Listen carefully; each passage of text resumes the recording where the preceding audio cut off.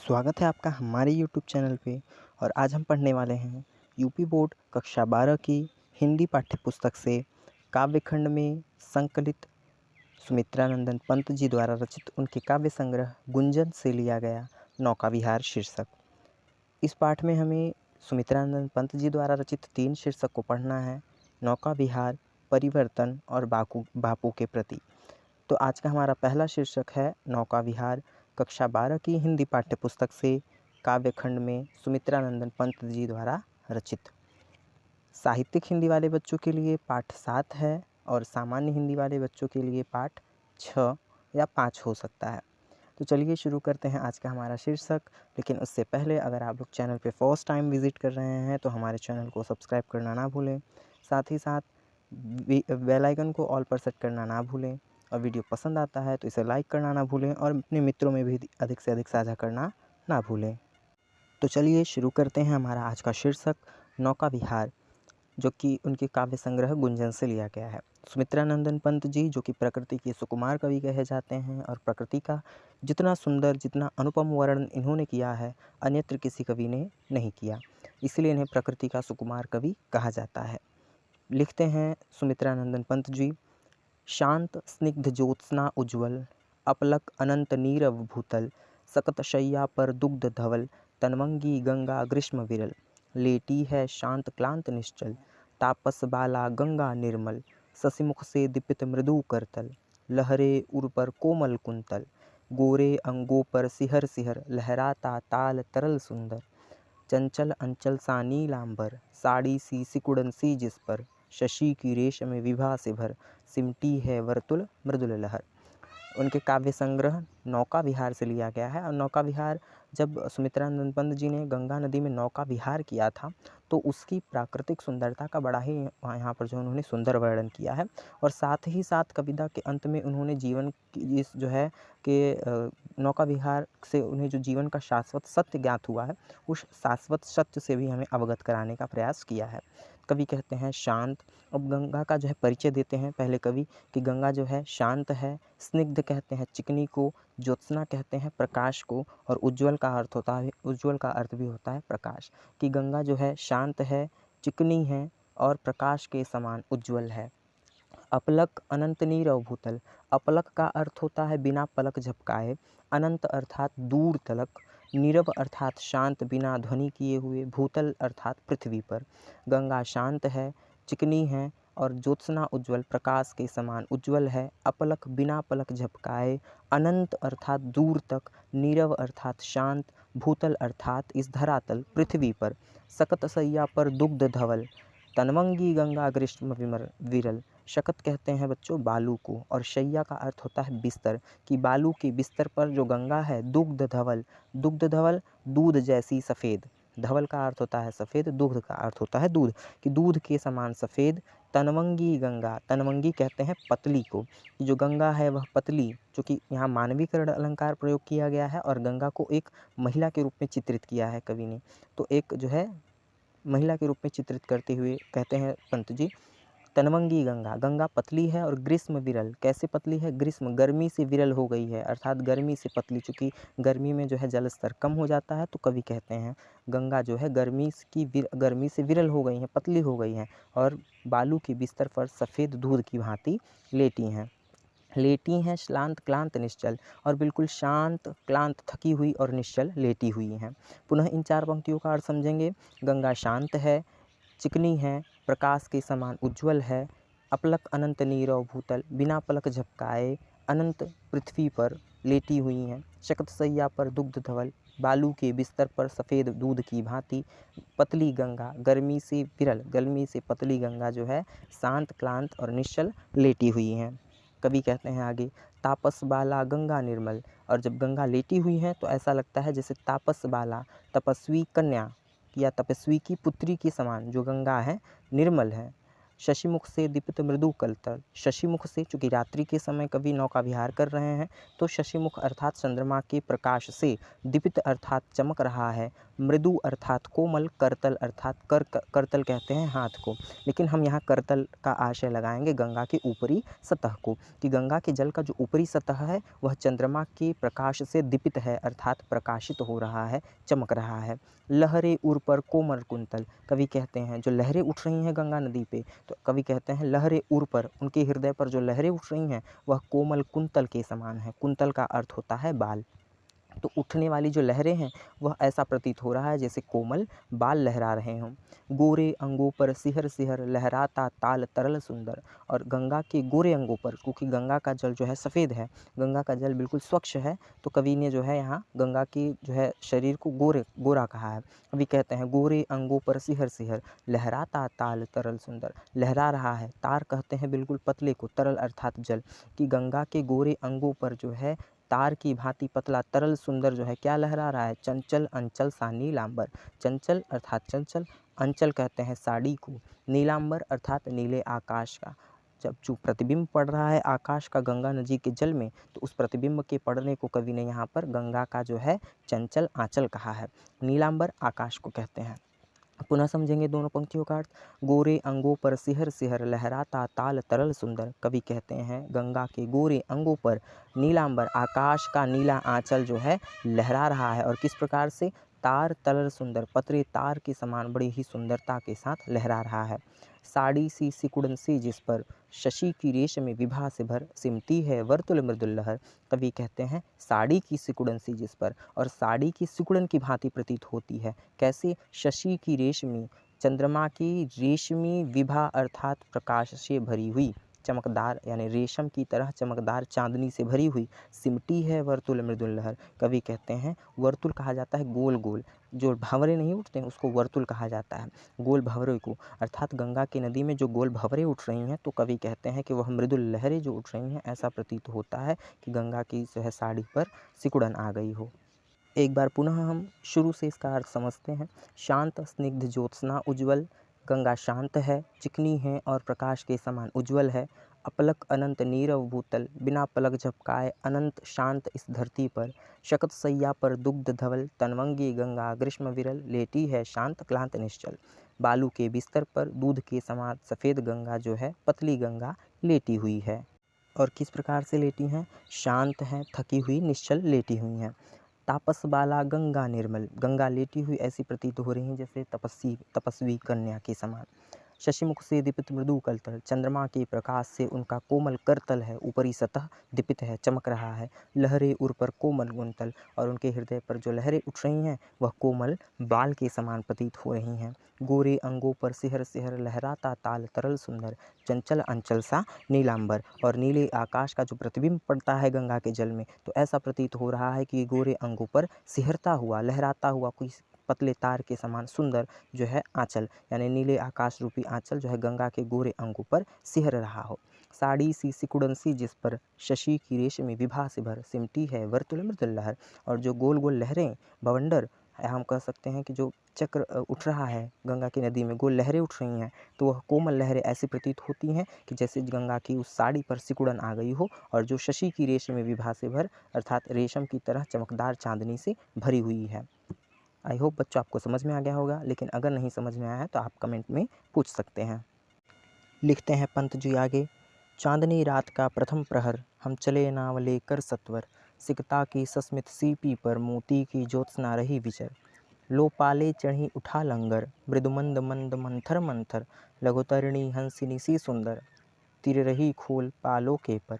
निश्चित जल के सुचिदर्पण पर बिंबित हो रजत पुलिन निर्भर, दोहरे ऊंचे लगते क्षण भर। काला कांकर का राजभवन, सोया जल में निश्चिंत प्रवन, पलकों पर वैभव स्वप्न सपन। लिखते हैं पंत जी आगे, चांदनी रात का प्रथम पहर, कि चांदनी रात का प्रथम पहर है अर्थात रात्रि का प्रारंभ हो रहा है। हम चले नाव लेकर सत्वर, और हम बड़े ही वेग के साथ, सत्वर का अर्थ होता है जल्दी या शीघ्रता से, हम बड़े ही शीघ्रता के साथ नाव लेकर के नौका विहार के लिए चल पड़ते हैं। सिकता की सस्मित सीपी पर, मोती की ज्योत्सना रही विचर। लिखते हैं सुमित्रानंदन पंत जी। सिकता, सिकता का अर्थ होता है बालू, हमने पीछे भी इसको देखा। सिकता की सस्मित सीपी पर, सस्मित का अर्थ होता है बच्चों आश्चर्यचकित या मुस्कुराती हुई, कि जो बालू है उस पर मुस्कुराती हुई सीपियों में जो मोतियां हैं उसकी ज्योत्सना अर्थात प्रकाश विचरण कर रही है। अर्थात गंगा नदी का जल इतना स्वच्छ है कि उसमें बालू पे जो सीपियां हैं उन सीपियों में जो मोती है उन मोतियों में प्रकाश विचरण कर रहा है। लो पाले चढ़ी उठा लंगर।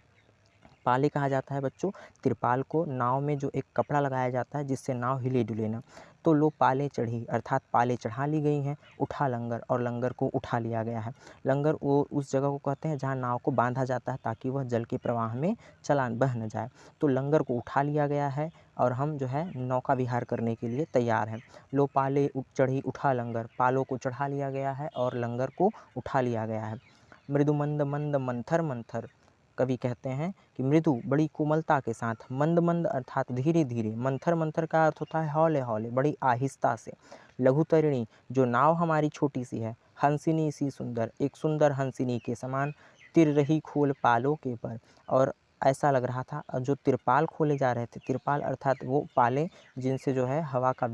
के वेग से जो है नाव बैलेंस में रहती है, उसका नियंत्रण नहीं जाता। तो कवि कहते हैं कि हमारी जो नाव है लघु तरिणी छोटी सी नाव, मृदु मंद मंद मंथर मंथर बड़ी ही कोमलता के साथ धीरे धीरे, हंसिनी सी सुंदर एक सुंदर हंसिनी की समान, तिर रही खोल पालों के पर, तो जो तिरपाल खुल रहे हैं ऐसा प्रतीत हो रहा है कि जैसे वह हंसिनी अपने पर फैला रही हो। कहते हैं आगे पंत जी, निश्चित जल के सुच दर्पण पर, जो जल है वह निश्चल है, बिल्कुल शांत जल है, सुच दर्पण पर बिल्कुल स्वच्छ दर्पण के समान, बिंबित हो रजत पुलिन निर्भर, बिंबित का अर्थ होता है प्रतिबिंब पड़ रहा है, रजत अर्थात चंद्रमा का, पुलिन कहते हैं टुकड़ों को, कि चंद्रमा की जो है रजत पुलिन का कह सकते हैं चांदी के टुकड़े, निर्भर यानी उन पर जो है चांदी के टुकड़ों का प्रतिबिंब पड़ रहा है। अर्थात गंगा का जो निश्चित जल है उस साफ स्वच्छ दर्पण के समान जल पर जो है चांदी के टुकड़ों का प्रतिबिंब दिखाई दे रहा है। अब यहाँ चांदी के टुकड़े कहने का आशय क्या है कि चूँकि अब चांदनी रात है तो जो तारे चमक रहे हैं वो तारों का चमकना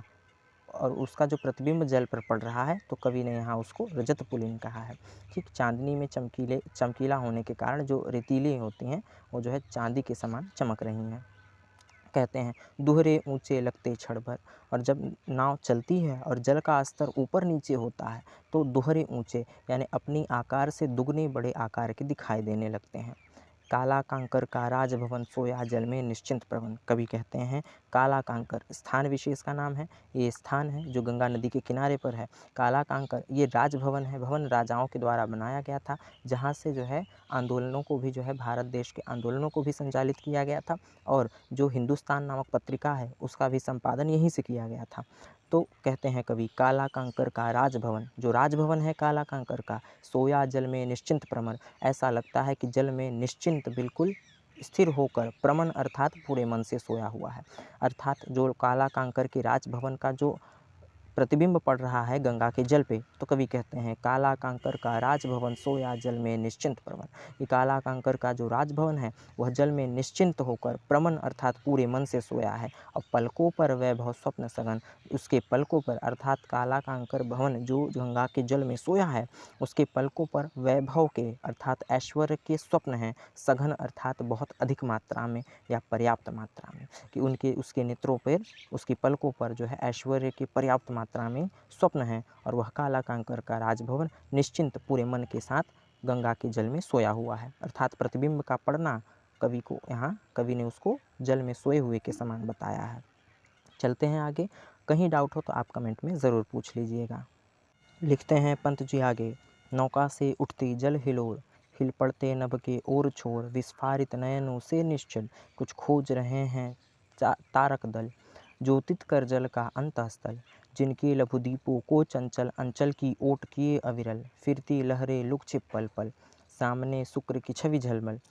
तैरती परी सी जल में कल, रूपहरे कचों में हो ओझल, लहरों के घूंघट से झुक झुक, दशमी का शश निज तिर्यक अखमुख, दिखलाता मुग्धा सा रुक रुक। कहते हैं पंत जी, नौका से उठती जल हिलोर, अर्थात जब गंगा में नौका चलती है तो जल में हिलोरें उठती हैं, अर्थात गंगा का जल ऊपर और नीचे होता है तो हिल पड़ते नभ के ओर छोर, और जो नभ का आकाश का छोर है किनारे हिलने लगते हैं। अर्थात गंगा के जल में जो प्रतिबिंब पड़ रहा है वह गंगा के जल स्तर के हिलने से ऐसा प्रतीत होता है कि जैसे आकाश का नभ का जो छोर है वह भी हिल रहा है। कहते हैं कवि, विस्फारित नयनों से निश्चल कुछ खोज रहे हैं तारक दल। तारक कहते हैं जो नाव को चलाने वाले व्यक्ति होते हैं उनको तारक कहा जाता है, या मल्लाह जिसे हम कहते हैं। विस्फारित नयनों से, बड़ी बड़ी नेत्रों से, यानी उत्सुकता से फटे हुए बड़ी बड़ी नेत्रों से उस निश्चित जल में कुछ खोज रहे हैं तारक दल। जो मल्लाहों का दल है वह उस जल में, उस शांत जल में बड़ी बड़ी नेत्रों से कुछ खोजने का प्रयास कर रहे हैं। ज्योतित कर जल का अंतस्थल, ज्योतित अर्थात प्रकाशवान करके जल का अंतस्थल, जल के अंतस्थल को, जल के हृदय को, अर्थात जल में कुछ जो है बत्तियां जला जला करके वो तारक दल, वो मल्लाहों का दल जल में कुछ खोजने का काम कर रहे हैं। जिनके लवोदीपों को चंचल, और जिनके छोटे दीपों को बड़ी चंचलता के साथ अंचल की ओट लिए अविरल, जो गंगा है अपने आंचल की ओट लिए हुए है, अर्थात उनके उन छोटे छोटे चंचल दीपों को बड़ी चंचलता के साथ जो गंगा नदी है अपने आंचल की ओट लिए है। फिरती लहरें लुक छिप पल पल, और जिनमें लहरें लुक छिप यानी हर पल पल जो है लहरें जो हैं लुक छिप यानी उठ रही हैं, गिर रही हैं, बड़ी चंचलता के साथ जो है उनके दीपों को अपने आंचल की ओट लिए हैं। कहते हैं कवि आगे, सामने शुक्र की छवि झलमल, तैरती परी सी जल में कल। अब सामने जो है शुक्र, जिसे भोर का तारा कहते हैं, अर्थात जब कवि ने अपना जो है यात्रा प्रारंभ किया तो जो है चांदनी रात का प्रथम पहर था। अब चूँकि शुक्र भोर का तारा अर्थात रात्रि बीत चुकी है, अब जो है भोर का तारा दिखाई दे रहा है, अर्थात प्रातः होने वाला है। कवि कहते हैं, सामने शुक्र की छवि झलमल, शुक्र है जो जिसको भोर का तारा भी कहा जाता है, उसकी जो छवि है, उसका चित्र वह गंगा के जल में स्पष्ट दिखाई दे रहा है। तो कवि कहते हैं, सामने शुक्र की छवि झिलमिल, बड़ी झिलमिलाती हुई शुक्र ग्रह की छवि दिखाई दे रही है गंगा के जल में। तैरती परी सी जल में कल, और ऐसा लगता है कोई जो है परी हो जो जल में तैर रही हो, अर्थात शुक्र ग्रह की जो छवि है उसको कवि ने जो है यहाँ परी की संज्ञा दी है। कहते हैं, रुपहले कचों में हो ओझल, रुपहरे काले, कच कहते हैं बालों को, ऐसा लगता है कि काले बालों में ओझल हो रही है, दिखाई दे रही है, ओझल हो ला रही है, अर्थात वह शुक्र की झिलमिलाती हुई छवि है वह किसी परी की भांति गंगा के काले बालों में ओझल हो रही है और दिखाई दे रही है। कवि कहते हैं, लहरों के घूंघट से झुक झुक, दशमी का शशि निज तिर्यक मुख। अब दशमी का दिन है तो कवि कहते हैं, लहरों के घूंघट, लहरें जब उठती हैं तो चंद्रमा दिखाई देता है, फिर छिप जाता है, फिर दिखाई देता है, तो कवि कहते हैं लहरों के घूंघट से झुक झुक, ऐसा लगता है कि जो दशमी का चांद है वह लहरों के घूंघट से झुक झुक करके निज तिर्यक मुख तिर्यक करके, अर्थात तिरछे मुख से जो है दिखलाता मुग्धा सा रुक रुक, बड़ा ही मुग्ध होकर अपना मुख दिखला रहा हो, अर्थात लहरों का उठना गिरना और चंद्रमा का दिखना, कवि कहते हैं ऐसा प्रतीत हो रहा है कि लहर रूपी घूंघट से जो दशमी का चंद्रमा है वह अपने मुख को तिरछा कर करके बड़ी मुग्धता के साथ रुक रुक के दिखला रहा है, जिस प्रकार से महिलाएं दिखती हैं। कहते हैं कवि आगे, जब पहुँची चपला बीच धार, छिप गया चांदनी का कगार। कहते हैं, अब चपला का अर्थ होता है बच्चों यहाँ बिजली, कि जब बिजली अर्थात जब आसमान में बिजली कौंधती है, यानी चपला बीच धार अर्थात बीचों बीच जब आसमान में बिजली कौंधती है, छिप गया चांदनी का कगार, तो चांदनी का जो प्रकाश है वह जो है उसमें छिप जाता है, अर्थात बिजली के प्रकाश से चांदनी का जो प्रकाश है वह छिप जा रहा है, मध्यम पड़ जाता है। कहते हैं कवि, दो बाहों से दुरस्थ तीर, धारा का कृश कोमल शरीर, आलिंगन करने को अधीर, अति दूर क्षितिज पर विटपमाल, लगती भ्रू रेखा सी अराल, अपलक नभनील नयन विशाल, माँ के उर पर शिशु सा समीप, सोया धारा में एक द्वीप, उर्मिल प्रवाह को कर प्रतीप, वह कौन विहग क्या विकल कोक, उड़ता हरने निज विरह शोक, छाया की कोकी को विलोक। कवि कहते हैं कि दो बाहों से दुरस्थ तीर, अब जो दो बाहों के समान,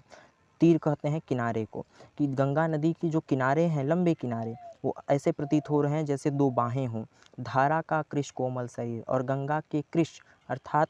पतले, कोमल अर्थात कोमल, कि गंगा के कोमल और पतले शरीर को वो आलिंगन करने को अधीर, मानो आलिंगन का अर्थ होता है बच्चों गले लगाना, कि मानो आलिंगन करने के लिए व्याकुल हैं। अब कवि किसका पर आशय लेते हैं, कहते हैं कि दो बाहों से दुरस्थ तीर, अर्थात गंगा नदी के जो दोनों किनारे हैं वह दो बड़ी बड़ी बाहों के समान हैं, जो गंगा नदी के कोमल और पतले शरीर को आलिंगन करने के लिए व्याकुल हो। अर्थात दोनों किनारों को कवि ने दो बाहों की संज्ञा दे दी है, जिस प्रकार हम जो है किसी व्यक्ति को गले लगाने के लिए बाह फैलाते हैं। तो कवि कहते हैं कि वो दो जो किनारे हैं ऐसे प्रतीत हो रहे हैं जैसे दो बाहें हों जो गंगा के कोमल और पतले शरीर को गले लगाने के लिए व्याकुल हों।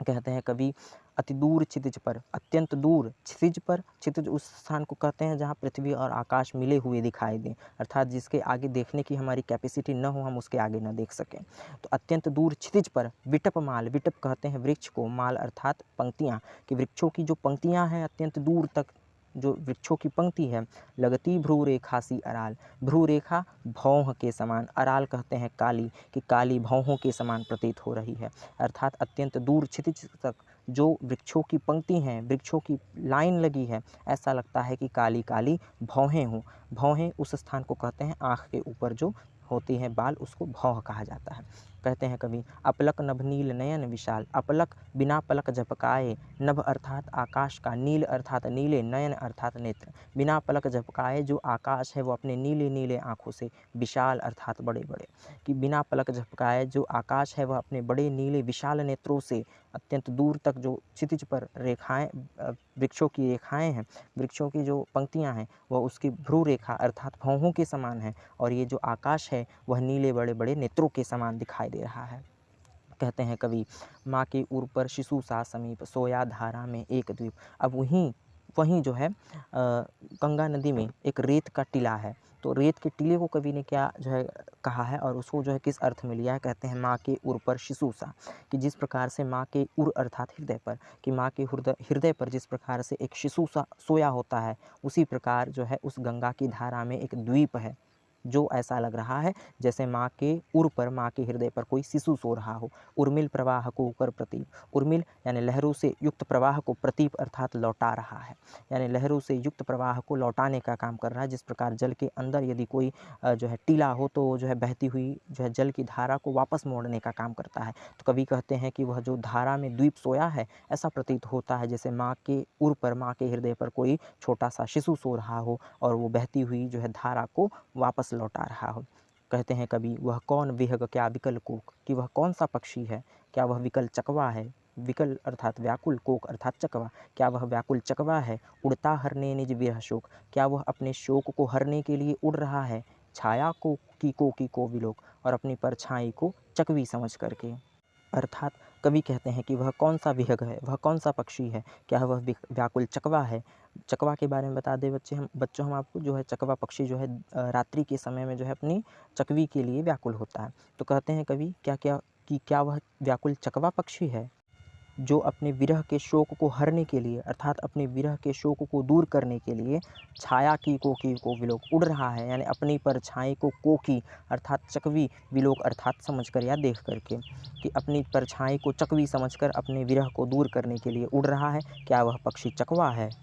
कहते हैं कवि, पतवार घुमा अब प्रतनुभार, नौका घूमी विपरीत धार, डांडों के चल कर तल प्रसार, भर भर मुक्ता फल फेन स्फार, बिखराते जल में तारहार, चांदी के सांपों सी रलमल, नाचती रश्मियाँ जल में चल, रेखाओं से खिंच तरल सरल, लतिकाओं लहरों की लतिकाओं में खिल, सौ सौ शशि सौ सौ उड़ झिलमिल,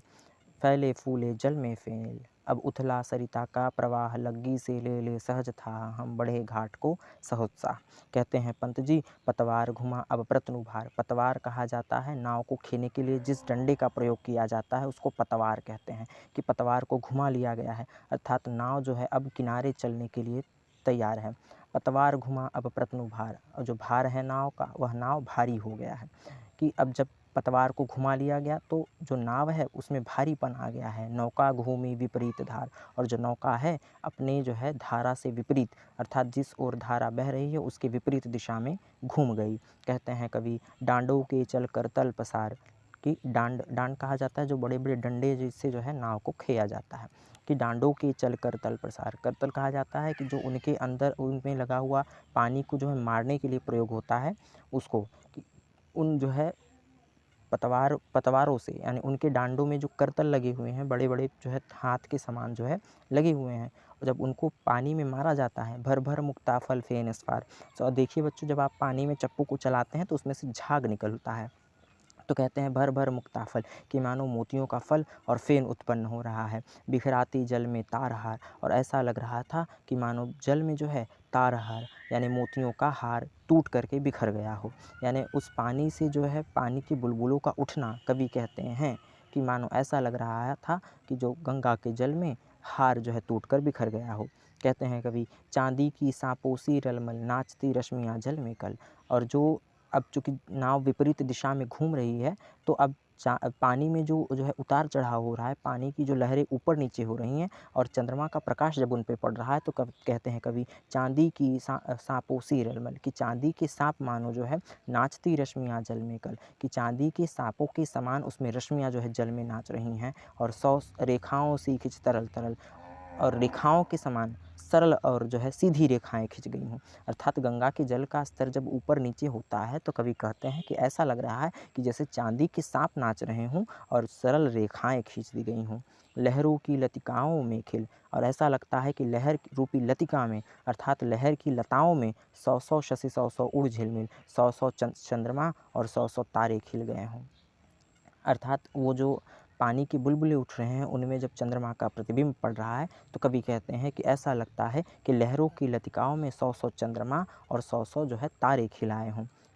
फूले फैले जन में फेनिल, और फूले और फैले हुए हैं, अर्थात उस फेनिल जल में, अर्थात फेन से युक्त जल में जो है 100 चंद्रमा और 100 तारे खिल गए हों, और ऐसा लगता है कि जैसे लहर की लतिका में फूल खिले हों। कहते हैं कवि, अब उथला सरिता का प्रवाह, अब सरिता अर्थात गंगा नदी का प्रवाह क्या हो गया, उथला, अर्थात पानी का स्तर कम हो गया। लग्गी से ले ले सहज था, और जो मल्लाह होते हैं, नाव से उतरने से पूर्व लग्गी से पानी की गहराई नापते हैं, उसको कहा जाता है लग्गी से थाह लेना। कवि कहते हैं, अब उथला सरिता का प्रवाह, लग्गी से ले ले सहज था। अब गंगा के जल का स्तर कम हो गया है, अब लग्गी से थाह ली गई। हम बढ़े घाट को सहोत्साह, और हम बड़े ही उत्साह के साथ घाट की ओर बढ़े, अर्थात नौका विहार यहाँ पर समाप्त होता है, और हम बड़े उत्साह के साथ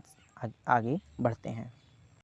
अंतिम पंक्तियों में जो है कवि शाश्वत की ओर अपनी कविता को मोड़ते हैं और कहते हैं, ज्यों ज्यों लगती नाव पार, उर्मे आलोकित शत विचार, इस धारा सी जग का क्रम, शाश्वत इस जीवन का उद्गम, शाश्वत है गति शाश्वत संगम, शाश्वत नभ का नीला विकास, शाश्वत शशि का यह रजत हास, शाश्वत लघु लहरों का विलास। हे जग जीवन के कर्णधार, चीर जन्म मरण के आर पार, शाश्वत जीवन नौका विहार, मैं भूल गया अस्तित्व ज्ञान, जीवन का यह शाश्वत प्रमाण, करता मुझको अमृत दान। कवि कहते हैं अंतिम पंक्तियों में, ज्यों ज्यों लगती नाव पार, उर्मे आलोकित शत विचार, ज्यों ज्यों जैसे जैसे नाव पार लगती गई, अर्थात जैसे जैसे हम गंगा में जो है नौका विहार करके हमारी नाव पार लगती गई, किनारे पर आती गई, उर्मे आलोकित शत विचार, मेरे हृदय में, उर कहते हैं हृदय को, मेरे हृदय में आलोकित यानी प्रकाशित होने लगे शत विचार, सैकड़ों विचार, मेरे हृदय में सैकड़ों विचार प्रकाशित होने लगे। जिस जैसे जैसे नाव पार लगने लगी, वैसे वैसे मेरे हृदय में, अर्थात कवि के हृदय में सैकड़ों विचार प्रकाशित होने लगे। क्या, कि इस धारा सी जग का क्रम, कि इसी धारा के समान, अर्थात इस गंगा की धारा के समान इस संसार का भी क्रम है। जग अर्थात संसार, कि इस गंगा की धारा के समान ही इस संसार का भी क्रम है। शाश्वत इस जीवन का उद्गम, कि जैसे गंगा नदी का उद्गम होता है, एक स्थान से वह उत्पन्न होती है, वैसे ही इस संसार में मनुष्य के जीवन का उद्गम होता है, मनुष्य इस संसार में जन्म लेता है। शाश्वत है गति शाश्वत संगम, जिस प्रकार से शाश्वत कहते हैं बच्चों सत्य को, कि अटल सत्य है, जिस प्रकार गंगा नदी का उद्गम सत्य है, जीवन भी सत्य है। शाश्वत है गति, जिस प्रकार गंगा नदी की गति सत्य है, मनुष्य के जीवन में भी गति सत्य है। शाश्वत संगम, और जिस प्रकार गंगा नदी जो है का संगम जो है शाश्वत है, अंततः वो जो है कई सागरों में मिल जाती है, उसी प्रकार से हमारे जीवन का संगम भी शाश्वत है, अर्थात हम भी मृत्यु के पश्चात ईश्वर में विलीन हो जाते हैं। कवि कहते हैं, शाश्वत नभ का नीला विकास, कि यह नीला विकास, अर्थात आकाश का ये जो नभ का नीला विकास है, अर्थात अंबर, यह भी शाश्वत है। शाश्वत शशि का यह रजत हास, चंद्रमा का यह रजत अर्थात चांदी में जो हंसी है, अर्थात चंद्रमा का यह जो प्रकाश है, वह भी शाश्वत है। शाश्वत लघु लहरों का विकास, विलास, विलास कहते हैं क्रीड़ा को या आनंद को, और छोटी छोटी लहरों का जो विलास है वह भी शाश्वत है, अर्थात हमारे जीवन में भी उसी प्रकार से छोटी छोटी खुशियों का आना वह भी शाश्वत है। कवि कहते हैं, हे जग जीवन के कर्णधार, हे जग जीवन के, संसार के जीवन, लोगों के जीवन के कर्णधार, अर्थात ईश्वर को कहा है कवि ने कि हे जग जीवन के कर्णधार, हे जग जीवन अर्थात इस संसार के लोगों के जीवन के कर्णधार, चीर जन्म मरण के आर पार, यानी ईश्वर जो जन्म और मरण के आर पार है, कि आप तो जन्म और मृत्यु के आर पार हैं और आप ही मनुष्य के जीवन के कर्णधार हैं, अर्थात मनुष्य के जीवन का उद्धार करने वाले आप हैं, आप जन्म और मृत्यु से के परे हैं, अर्थात ईश्वर के लिए कहा है कवि ने। कहते हैं शाश्वत जीवन नौका विहार, कि जिस प्रकार से यह नौका विहार था उसी प्रकार से इस जीवन का नौका विहार भी शाश्वत है, उद्गम शाश्वत है, गति शाश्वत है, संगम शाश्वत है और अंततः मृत्यु भी शाश्वत है। कवि कहते हैं आगे, मैं भूल गया अस्तित्व ज्ञान, कि मैं तुम्हारे अस्तित्व के ज्ञान को भूल गया था और इस जीवन के नौका विहार को भूल गया था। जीवन का यह शाश्वत प्रमाण, और जो जीवन का यह शाश्वत प्रमाण है कि उद्गम, गति और संगम, यह जो है यह शाश्वत प्रमाण, अर्थात यह साक्षात मुझे जो है साक्ष्य के रूप में नौका विहार के द्वारा ज्ञात होता है। जीवन का यह शाश्वत प्रमाण करता मुझको अमृतत्व दान, और मुझे अमृतत्व दान करता है, अर्थात नौका विहार के द्वारा मैंने जीवन के शाश्वत प्रमाण को जान लिया है, जो मुझे अमरता प्राप्त करा रहा है, जो मुझे अमृतत्व को प्राप्त कराता है। तो बच्चों, आज का हमारा शीर्षक नौका विहार यहीं पे समाप्त होता है। इसी काव्य खंड के अंतर्गत हम जो है परिवर्तन शीर्षक को पढ़ेंगे अगले वीडियो में। तब तक के लिए अगर आप चैनल पे नए हैं और अभी तक चैनल को नहीं सब्सक्राइब किया है तो सब्सक्राइब करना ना भूलें, वीडियो को लाइक करें और मित्रों में भी अधिक से अधिक साझा करना ना भूलें, ताकि वो भी आसानी से घर बैठे पढ़ाई कर सकें।